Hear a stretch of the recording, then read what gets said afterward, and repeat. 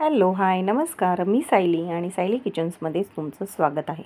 सर्वांनाच आता बाप्पाच्या आगमनाची ओढ लागलेली आहे आणि बाप्पासाठी काय काय नैवेद्य बनवायचे याची तयारी देखील सुरू झालेली आहे. तर आज मी इथे बाप्पाच्या नैवेद्यासाठी भाग दुसरा मोतीचूरचे लाडू दाखवत आहे. तर 1 वाटी बेसनामध्ये आपण 1 किलो मोतीचूरचे लाडू बनवणार आहोत. हे मोतीचूरचे लाडू दिसायला जेवढे सुंदर, आकर्षक, सुबक असतात तेवढेच देखील खायलाही चविष्ट, चवदार आणि रुचकर, मऊसूद असे हे तयार होतात. तर हे लाडू बनवण्याची सोपी आणि साधी पद्धत मी इथे तुम्हाला दाखवलेली आहेत. तसेच झटपट आणि कमी वेळेत बनून तयार होणारी ही डिश आहे. अगदी नवशिक्यांनाही जमेल एवढी सोपी पद्धत आहे. चला तर रेसिपीला सुरुवात करूया. सर्वप्रथम एका बाउलमध्ये मी येथे बेसन घेतलेलं आहे. बेसन छान चाळून घ्यायचं आहे आणि तुम्हाला ज्या वाटीत हवं आहे त्या प्रमाणात तुम्ही घ्यायचं आहे. आता इथे चिमूटभर मी मीठ घातलेले आहे आणि बेसन छान एकत्र करून घेतलेलं आहे. आता बेसनामध्ये आपल्याला थोडं थोडं करून पाणी घालायचं आहे, जेणेकरून बेसनामध्ये कोणत्याही प्रकारच्या गुठळ्या वगैरे होणार नाहीत, लम्प्स पडणार नाहीत. त्यामुळे बेसन थोडं थोडं पाणी घालूनच आपल्याला एकजीव करून घ्यायचं आहे. असं केल्याने बेसन छान असं आपलं एकजीव होतं आणि छान असं टेक्स्चर एकदम सुंदर येतो बेसनाला. मोतीचूरच्या लाडूंसाठी बेसन एकदम छान प्रकारे घ्या. शक्यतो तुम्ही डाळ घ्या. डाळ स्वच्छ पुसून तिला चक्कीतून दळून आणा. त्याचे लाडू खूप छान होतात. आणि जर तुमच्याकडे तेवढा वेळ नसेल तर तुम्ही छान असं बेसन घ्या चांगल्या क्वालिटीचं आणि त्या बेसनापासून तुम्ही मोतीचूरचे लाडू अगदी छान बनवू शकता. आता बघा बेसनाला एक छान अशी चमक आलेली आहे आणि बेसनाचं टेक्स्चरही छान झालेलं आहे. आपलं बेसनाचं पीठ आपण जसं भजीला बनवतो त्याचप्रमाणे आपल्याला इथे कालवून घ्यायचं आहे. आता 1 वाटी बेसनासाठी आपल्याला जेमतेम पावणा ग्लास पाणी लागलेलं आहे. आता हे बेसन आपण 15 मिनटं झाकून ठेवलेलं होतं. 15 मिनटानंतर पुन्हा बेसनाला छान असं मिक्स करून घ्यायचं. एकीकडे मी गरम तेल करायला ठेवलेलं होतं. तेल आपलं गरम झालं त्यात 1 चिमूटभर बेसन घालून बघायचं. बेसन छान वर आलं की आपण जसं भजी सोडतो त्याप्रमाणे चमच्याने छान अशी भजी सोडून घ्यायची आहे आणि छान आपल्याला भजीला रंग येईपर्यंत, म्हणजे एकदम करपवायची नाही आहे किंवा एकदम लालही करायची नाही आहे. छान असा हलकासा पिवळा रंग आला की भजी आपल्याला अलटून पलटून शिजवून घ्यायची आहे, जेणेकरून छान अशी शिजेल, थोडासा कुरकुरीतपणा येईल तिला. आणि असं झाल्यानंतर आपण त्या सर्व भजी तेलामधून काढून घेणार आहोत आणि नंतर राहिलेली सर्व भजी आपण पुन्हा थोडी थोडी करून तळायची आहे. एकत्र सर्व बेसन तेलामध्ये सोडायचं नाही, कारण मग असं केल्याने कशी आपल्या ती भजी अक्षरशः आतून कच्ची राहील आणि वरून छान अशी शिजेल आणि मग आपल्याला कळणार नाही.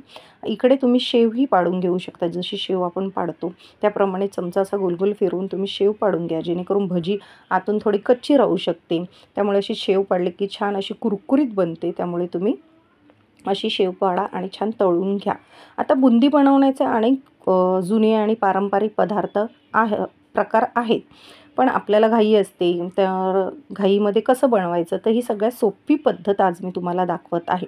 मिक्सरच्या साहाय्याने आपण ही पूर्ण भजी तळलेली बारीक करून घेणार आहोत. बारीक म्हणजे एकदमही बारीक करायचं नाही, आपल्याला रव्याच्या टेक्स्चरमध्ये ही भजी पूर्ण बारीक करून घ्यायचं आहे. सुकी ड्राय आपल्याला एकदम भजी, कोणत्याही प्रकारचं पाणी किंवा काही साखर वगैरे ह्याच्यात घालायची नाही आहे. नुसती ड्राय आपल्याला ही भजी कोरडी आपल्याला अशी बारीक करून घ्यायची आहे, जेणेकरून मग छान असा बुंदीचा याला टेक्स्चर येतो. बघा अगदी रवाळ आपली ही बेसन तळून आपलं रवाळ असं मिक्सरला लावून झालं आहे. आता तळलेल्याच कढईमध्ये आपण तेल काढून टाकलेलं आहे कढईतून आणि त्याच कढईमध्ये आपण पूर्ण बेसन तळलेलं बारीक करून घेतलेलं आहे आणि हे बेसन आपल्याला गॅसवरती, मंद गॅसवरती 5 मिनटं परतून घ्यायचं आहे. अगदी लाल होऊ द्यायचं नाही किंवा करपवून द्यायचं नाही, जेणेकरून कसं आहे एखादी भजी जर आतून कच्ची राहिली असेल तर ती ह्यामध्ये शिजून जाते. तर याप्रमाणे तुम्ही बारीक मंद गॅसवरती 5 मिनटं हे आलटून पलटून परतून सतत परतत राहायचं आहे. परतून 5 मिनटं शिजवून घ्यायचं आहे.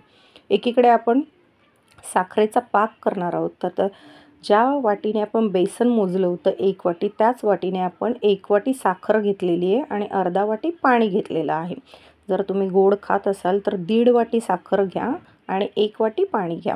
या प्रमाणात तुम्ही साखरेचा पाक करायचा आहे. साखरेचा पाक आपल्याला 1 तरी 2 तरी असं काहीच बनवायचं नाही. अगदी साखर विरघळली आणि हाताला असं चिकट चिकट थोडंफार आपल्याला जाणवलं की आपला पाक एकदम रेडी आहे. बघा याप्रमाणे मी करून दाखवते तुम्हाला. याप्रमाणे हाताला थोडं चिकट असं जाणवलं की आपला पाक रेडी झालेला आहे. तर तुमच्या आवडीनुसार तुम्ही याच्यात केशर घालू शकता. मी इथे केशर घातलेले आहेत 7-8 पाकळ्या.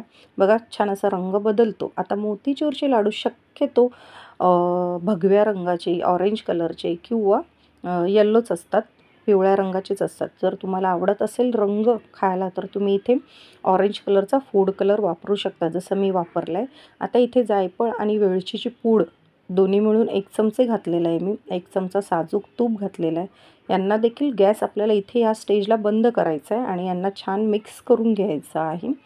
जेव्हा आपण कलर घालतो तेव्हाच गॅस बंद करून ठेवायचा आहे. हे छान सगळं तिन्ही पदार्थ एकजीव झाले की आपलं बेसन जे आपण तळून ठेवलेलं होतं बारीक केलेलं, ते सर्व ह्याच्यात बेसन घालायचं आहे. बघा अगदी बारीक दाण्यासारखी मोत्यासारखी बुंदीच आपली इथे दिसते आपल्याला तयार झालेली, त्याच टेक्स्चरमध्ये आलेली आहे. छान ह्याला आपल्याला मिक्स करून घ्यायचं आहे, जेणेकरून साखरेचा पाक आणि बुंदी अशी छान एकजीव होईल आणि पूर्ण साखरेचा पाक ही बुंदी ॲब्झॉर्ब करेल, शोषून घेईल.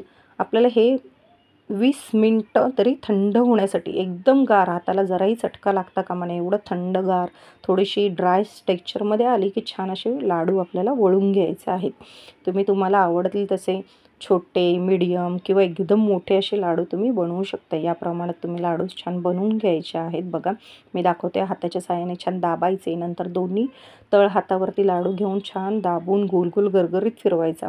त्यानंतर मुठीत घेऊन तो असा फिरवल्यानंतर त्याला एक छान अशी शाईन येते, चमक येते.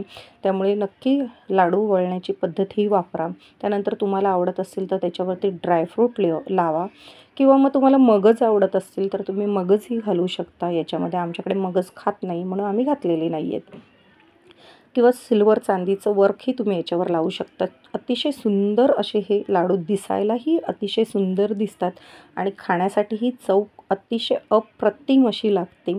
तर नक्की ही रेसिपी तुम्ही ह्या गणेश चतुर्थीसाठी तयार करा आणि तुमच्या बाप्पाला नैवेद्य दाखवा, जसं की मी दाखवलं आहे. अशा छान छान रेसिपी आता मी तुमच्यासाठी घेऊन येणार आहे. तर माझ्या जर रेसिपी तुम्हाला आवडत असतील तर मला तुम्ही लाईक, शेअर, सबस्क्राईब करा, जेणेकरून मी बाप्पा येईपर्यंत तुमच्याबरोबर अशा छान छान रेसिपी शेअर करेल. बघा किती सुंदर अप्रतिम असे हे लाडू तयार झालेले आहेत. खायलाही तितकेच सॉफ्ट, मऊसूद आणि अतिशय अप्रतिम असे लाडू हे लागतात. तर नक्की ही रेसिपी ट्राय करा. बघा आपलं बाप्पाही किती सुंदर लाडूंसमोर बसलेत, किती सुंदर दिसत आहेत आणि आपली डिशही तेवढी सुंदर झालेली आहे. बघा किती छान दिसतात. तर नक्की ही रेसिपी ट्राय करा. थँक्यू.